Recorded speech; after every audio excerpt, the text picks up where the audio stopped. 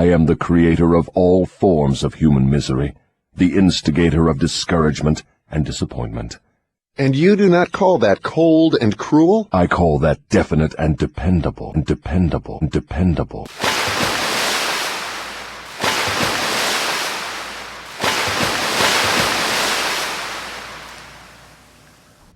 Welcome back to OSHUN Ajay exclusive, River Queen Conjure, and No Narc Network TV. I am the Oracle, OSHUN Ajay. We are on lesson 14, you guys, of Dissecting the Devil.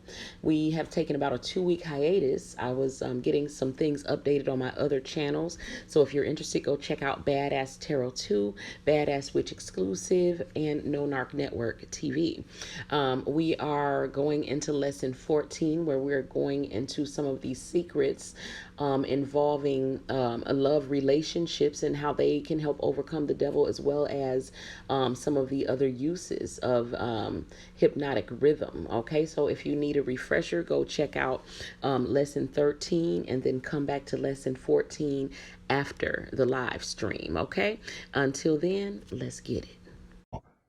The World Depression broke up the habits of men everywhere and redistributed the sources of opportunity in all walks of life on an unprecedented scale. The drifter's pet alibi, with which he tries to explain away his undesirable position, is his cry that the world has run dry of opportunities. Non-drifters do not wait for opportunity to be placed in their way. They create opportunity to fit their desires and demands of life. Are non-drifters smart enough to avoid the influence of hypnotic rhythm? No one is smart enough to dodge the influence of hypnotic rhythm. One could just as easily avoid the influence of the law of gravity.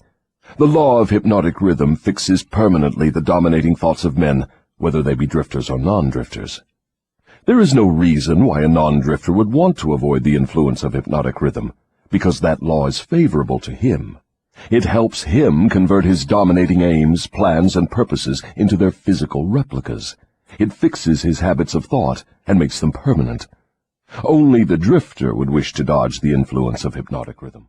So hypnotic rhythm is not a trap, you guys. It is a law that you can use to your benefit if, in fact, you learn the power of your mind, that you discipline your mind, and you use it to create the things that you want rather than the things that you have been taught to fear. For the better portion of my adult life, I've been a drifter.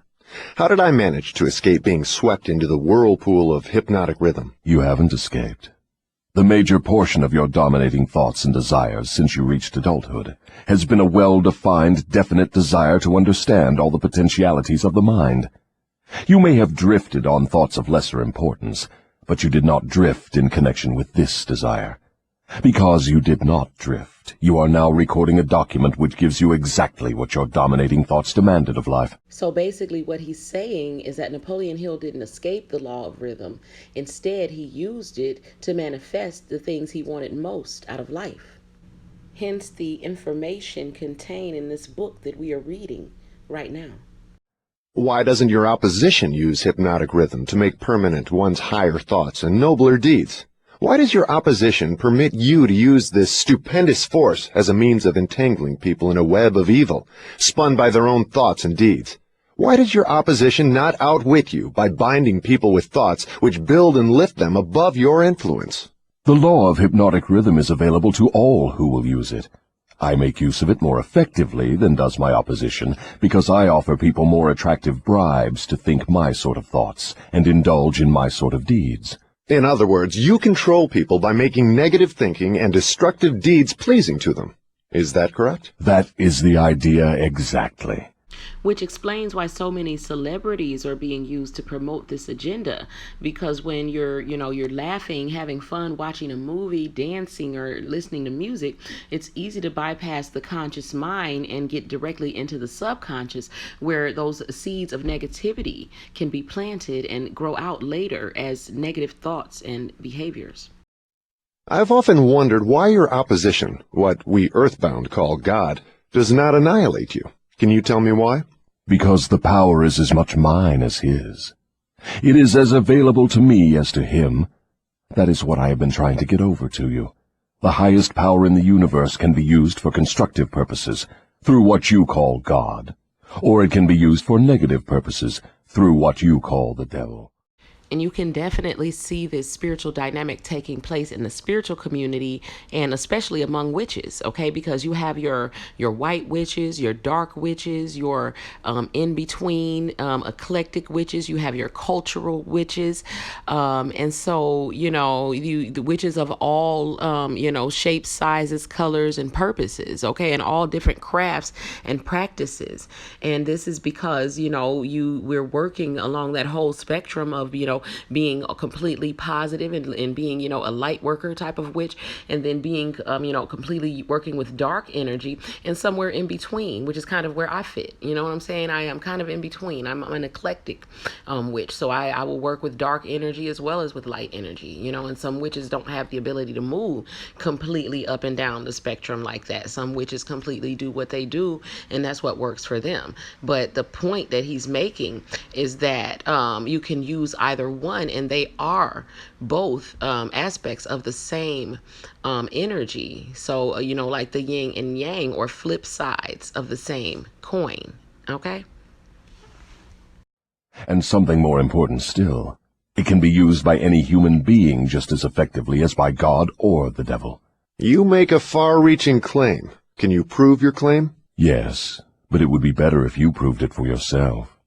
The devil's word is not worth much among your earthbound sinners. Neither is God's word.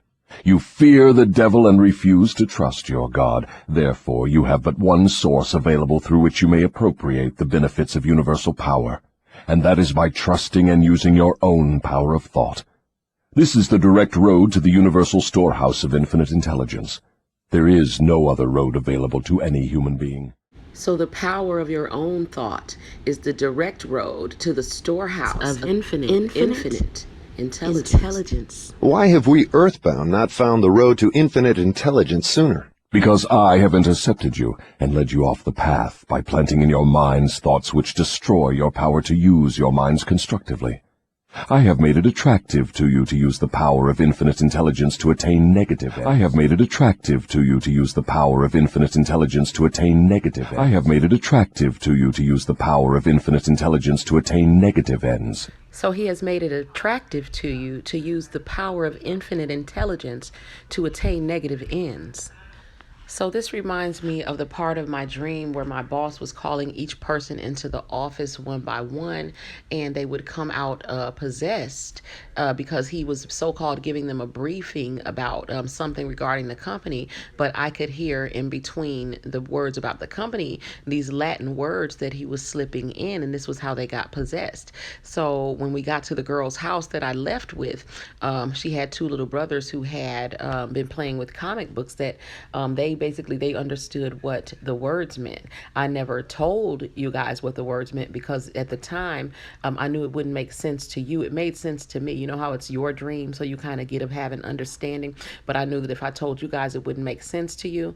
And so now I can tell you because now, he in this book is helping to make sense of what was being said in the book. Okay, so the words meant see me to be me.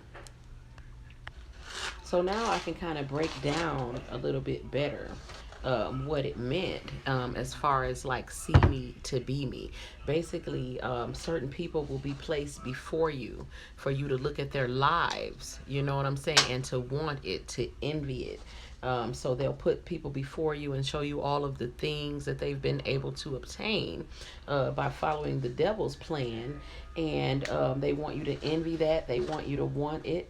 You know what I'm saying? And they want you to be willing to do anything to get it, okay? So once you are mesmerized, once you are hypnotized and mesmerized by your desire for material wealth and power, then you are ready and willing to accept a slice of the devil's pie, and then begins your grooming to become one of the quote-unquote co-workers, okay? And what the co-workers are charged with doing is enticing you to lie, cheat, and steal to obtain those things that they have tempted you with. This temptation is the purpose for the content in the media, the movies, the music, as well as the music videos. Once you have tasted the devil's pie, you are then willing to be willing to obtain those things through greed, avarice, lust, envy, and hatred. Remember, your mind attracts that which your mind dwells upon. Your mind attracts that which your mind dwells upon. Your mind attracts that which your mind dwells upon. Your mind attracts that which your mind dwells upon. Let us dwell upon health, happiness, wholeness, divine joy, divine abundance, divine peace, and bliss.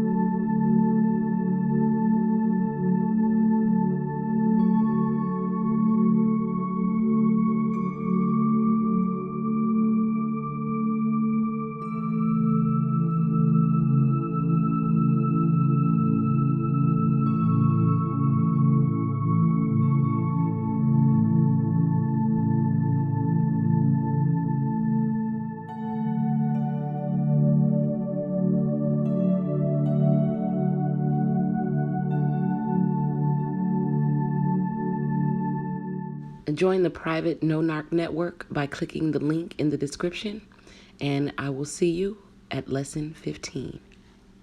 Peace.